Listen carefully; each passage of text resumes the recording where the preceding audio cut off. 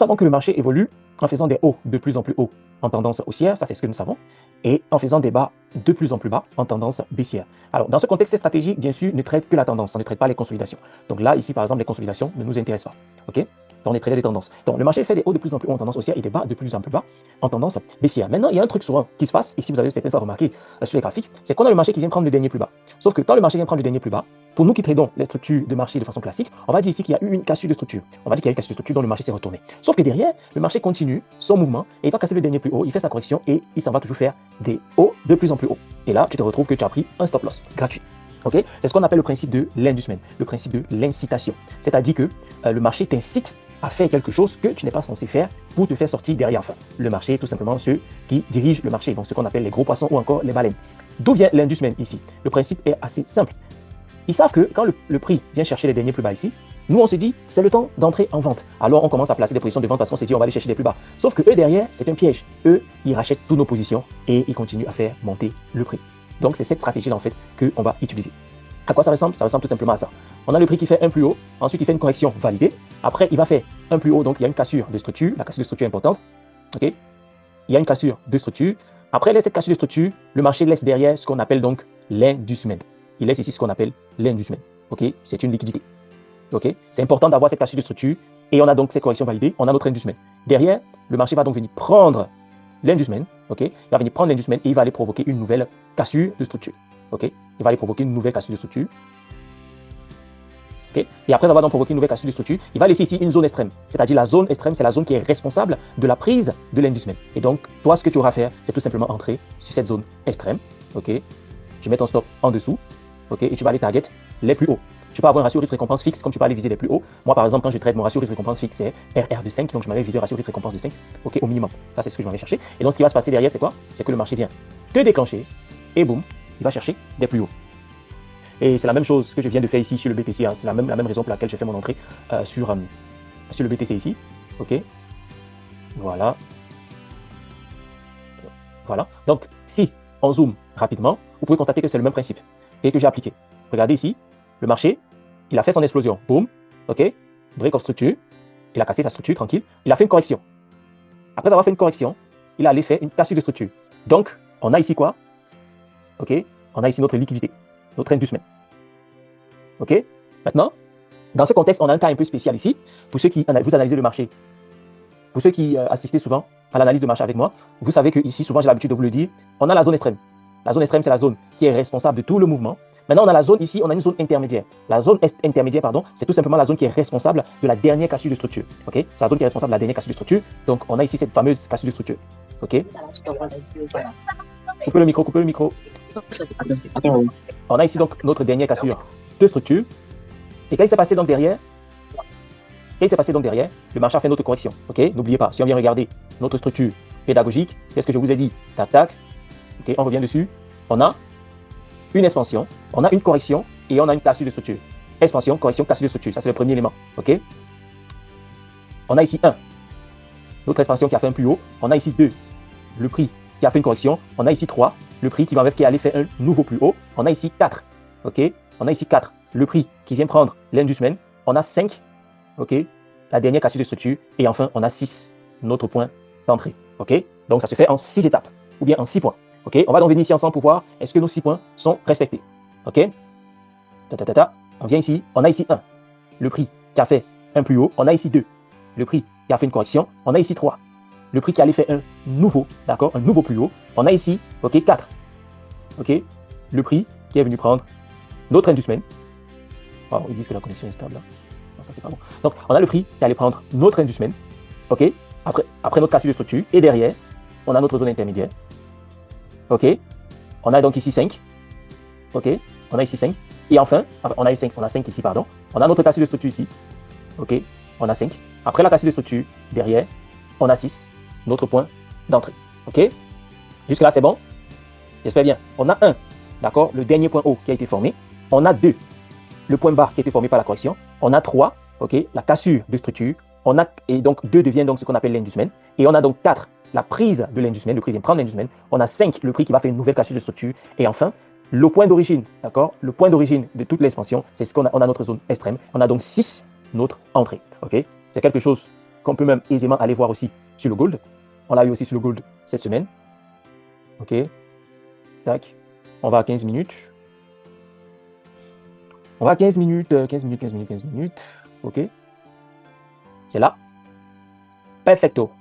OK. Où est notre outil? Parfait. Donc, pardon. On a le prix ici qui nous fait 1. OK. 1 plus haut. Ensuite 2, il nous fait un point bas. Ensuite 3, il fait une cassure de structure, donc un nouveau point haut. Ensuite, OK. Ensuite 4, il vient prendre 2 qui était l'inducement. Ensuite, il va faire 5, d'accord. Nouvelle cassure de structure. Et comme vous pouvez le voir, enfin 6, la zone extrême, c'est-à-dire notre order block, OK, qui était ici. Et donc là, aisément, c'était un achat sur le gold à ce niveau ici, avec le stop en dessous de la zone. Et bien sûr, vous partez viser les plus hauts. OK, vous partez viser les plus hauts. Et là, c'était magnifique. Position sur le gold. OK, c'est une logique qui arrive plusieurs fois sur le gold dans la semaine. OK, toujours, c'est important dans le sens de la tendance. On revient ici, parce que même cette position, je l'ai prise. OK, on revient. On prend ici. OK, on a le marché qui évolue en faisant cette baisse, expansion, correction, expansion, correction. Donc, on a ici quoi? On a ici notre 1. OK, on a ici notre 1. Là, on a notre 2 qui est la correction. Ensuite, on va faire une nouvelle cassure de structure. On forme notre 3. Après, on vient prendre l'inducement ici, donc on forme notre 4. Enfin, on va casser la structure, nouvelle cassure de structure, on forme notre point 5 ici. Et enfin, on a notre zone extrême qui est notre order block, qui est tout simplement la dernière bougie, d'accord, aussi est responsable de cette baisse. Et donc, on a notre zone ici qui pouvait même être raffinée. Et là, tout ce que tu as fait, c'est tout simplement vendre. OK, tu viens vendre sur ta zone, tranquille. Tu peux même vendre sur 50% de la zone. Quand la zone est trop large, et je vous donne un petit tips en même temps, quand la zone est trop large, comme dans ce cas de figure ici, on a la zone qui est quand même assez large, OK. On a la zone qui est assez large, alors vous vendez sur le milieu de la zone, 50% de la zone, OK. Vous venez vendre sur le milieu de la zone, 50% de la zone, votre stop loss au-dessus, OK, et vous venez target les plus bas. Et là, vous avez magnifique ratio. Comme je vous ai dit, hein, vous pouvez viser les derniers plus bas ici, parce que je vous parle tout le temps de take profit factuel et je vous parle aussi de take profit espéré. OK, vous pouvez donc venir vider le dernier plus bas ici qui est le take profit factuel, ou vous pouvez avoir un ratio risque-récompense fixe. Ça peut être 3, ça peut être 4, ça peut être 5. Donc vraiment, celui qui vous convient. OK, celui qui vous convient. OK. C'est ça en fait qui est intéressant. La stratégie, elle est aussi simple que ça. Et donc dans ce contexte, par exemple, on peut profiter pour faire une analyse rapide du gold. On est dans le même contexte avec le gold ici. OK. On a le prix qui évolue à la baisse. OK. Qui a fait ce mouvement-là. On a le prix qui évolue à la baisse. OK. Donc on est dans ce petit mouvement baissier. Maintenant, ce qu'on constate, c'est qu'on a la prise de l'inducement ici. Vous voyez, on a la prise de l'inducement ici. Après la prise de l'inducement, on voit le marché qui est venu faire une cassure de notre structure. Donc où est-ce qu'on est dans notre étape? On est tout simplement ici dans notre 5. OK, on est ici sur notre point 5. Enfin non, point 4, pardon. On est ici sur notre point 4. Désolé. Voilà, on est ici sur notre point 4. Donc la prise de l'inducement. Enfin, on a notre point 5 qui est la formation d'un nouveau plus bas. Où est la zone extrême? C'est tout simplement ici.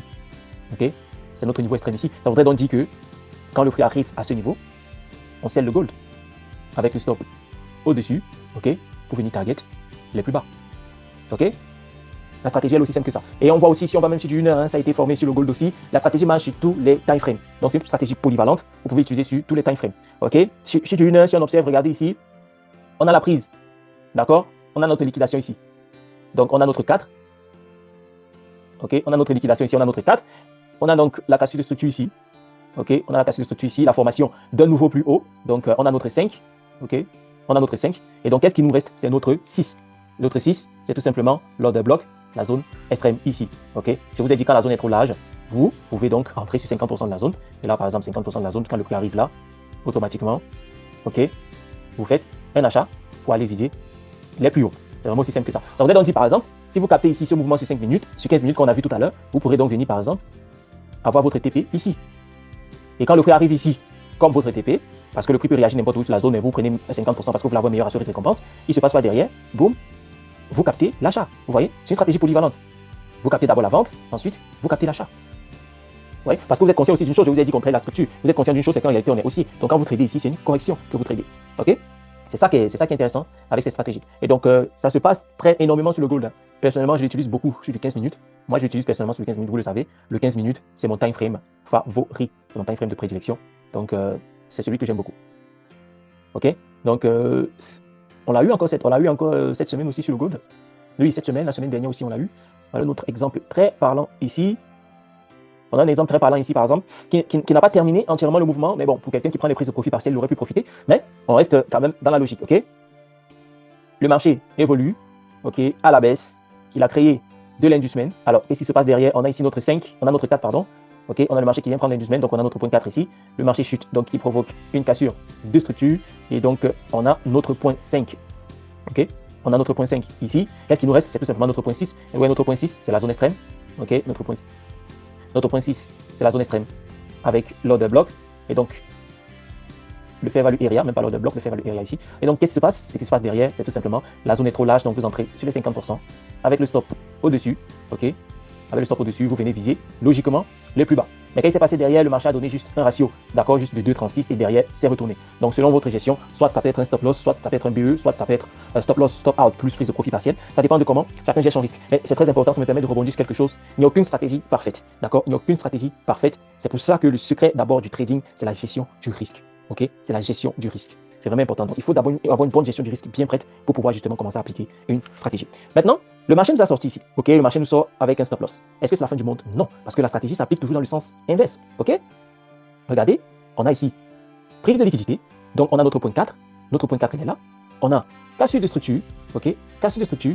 Le marché crée notre point 5. Ok, et donc, on vient tout simplement chercher la zone extrême. Ok, on a la zone extrême. Ok, et donc, qu'est-ce que vous faites? Entrez sur la zone extrême, stop loss en dessous, et on va viser les plus bas. On va viser les plus hauts, pardon. On va viser les plus hauts. C'est pour ça que quand vous prenez un stop loss, vous ne devez pas vous morfondre. Parce que le marché accorde toujours des opportunités. Il faut juste rester focus. D'accord? Une perte est l'occasion, en fait, pour une nouvelle entrée. On continue, la même logique. On veut la même logique. On a le marché qui a formé un nouveau plus haut. Ok? On a le marché qui a formé un nouveau plus haut, donc on est dans notre tendance haussière. Dans cette tendance haussière, on a le marché qui vient prendre, ok? On a le marché qui vient prendre l'inducement. Oh là là. Voilà. On a le marché qui vient prendre l'inducement. Ok, le marché vient prendre une semaine, il échoue à aller faire un nouveau plus haut, c'est pas grave. Donc on a notre 4. Après, le marché vient donc casser la structure. Quand il casse notre structure, on a quoi? On a notre point 5. Après avoir notre point 5, qu'est-ce qu'on vient chercher? On vient à la zone extrême. Ouais, notre zone extrême, c'est tout simplement le fair value area ici. Ok, fair value area ici. Malheureusement, le prix ne vient pas toucher directement la zone et s'en va. Donc ça aurait été une opportunité ratée. A priori, ok, a priori, ça aurait été une opportunité ratée. Mais quand on observe la structure interne, ça, il faut avoir l'œil justement pour l'avoir vu, il faut avoir l'œil pour ça. On constate que le marché vient justement suivre ici la liquidité. Après avoir suivi la liquidité, donc on a notre point 4. Et derrière, le marché vient casser la structure. Il forme notre point 5. Et qu'est-ce qu'on a? On a aussi notre zone extrême où on pouvait faire notre entrée. Bah, malheureusement, même avec l'œil, on rate l'opportunité. Encore, le marché ne vient pas taper dans notre zone et s'en va. Mais vous pouvez constater que c'est un modèle qui est puissant. En tout cas, très puissant sur le gold. Très, très, très puissant sur le gold. Alors, on a encore un autre exemple ici. Vous voyez, on peut venir voir. Ok. On a le marché qui vient sweep. Ok. On a notre inducement, le marché vient prendre ici. Donc, on a notre 4 qui est formé. Derrière, on a le marché qui vient casser la structure. On a notre point 5 qui est formé. Et qu'est-ce qui se passe? On a tout simplement notre order block extrême que nous pouvons venir trader. Et donc, derrière, on a notre entrée sur notre order block. Et bien sûr, stop en dessous. Et bien sûr, le marché va. Et bien sûr, si on va viser notre ratio de 5, malheureusement, le marché se retourne derrière et donc c'est stop loss. Mais bon, comme vous connaissez déjà, ok, comme vous connaissez déjà, je ne sais pas si vous m'entendez encore, je sais que bientôt ça va couper. Ah, voilà, c'est ça la version gratuite de Zoom là. Comme vous savez déjà que, ok, je vous parle toujours de stop loss, ok, je vous parle de take profit factuel et de take profit espéré. Vous savez que votre take profit factuel, c'est tout simplement le dernier plus haut qui a été formé. Et donc, dans ce contexte, au moins là, vous savez que vous faites une prise de profit partielle avant de continuer. Mais si vous faites du set and forget, c'est-à-dire que vous prenez votre position et vous oubliez, bah, ça aurait été stop loss. Mais c'est pas grave, ok? C'est pas grave parce que vous aurez eu plusieurs TP ici, vous aurez eu plusieurs TP derrière, vous aurez eu un TP ici, ok? C'est ça qui est intéressant. Et vous aurez eu d'autres TP, d'accord, ici, par exemple, ou encore ici. Donc, cette stratégie, laissez-moi vous dire, elle fonctionne. Ok? La stratégie fonctionne. Mais il faut savoir l'appliquer dans le sens de la stratégie, dans le sens du, comment on dit, le sens de la tendance, c'est le plus important, d'accord? Et bien sûr, n'oubliez pas, il n'y a aucune stratégie parfaite. Il n'y a aucune stratégie parfaite. Donc, ce qui va vous sauver, c'est votre gestion du risque. Il faut avoir une gestion du risque bien établie. Ok? Il faut avoir une gestion du risque bien établie. Si votre gestion du risque n'est pas bien établie, alors il n'y a pas une stratégie qui va vous sauver. Et c'est une chose que vous devez comprendre. Vous devez avoir une gestion du risque bien établie. Ok? Vous devez avoir une gestion bien établie.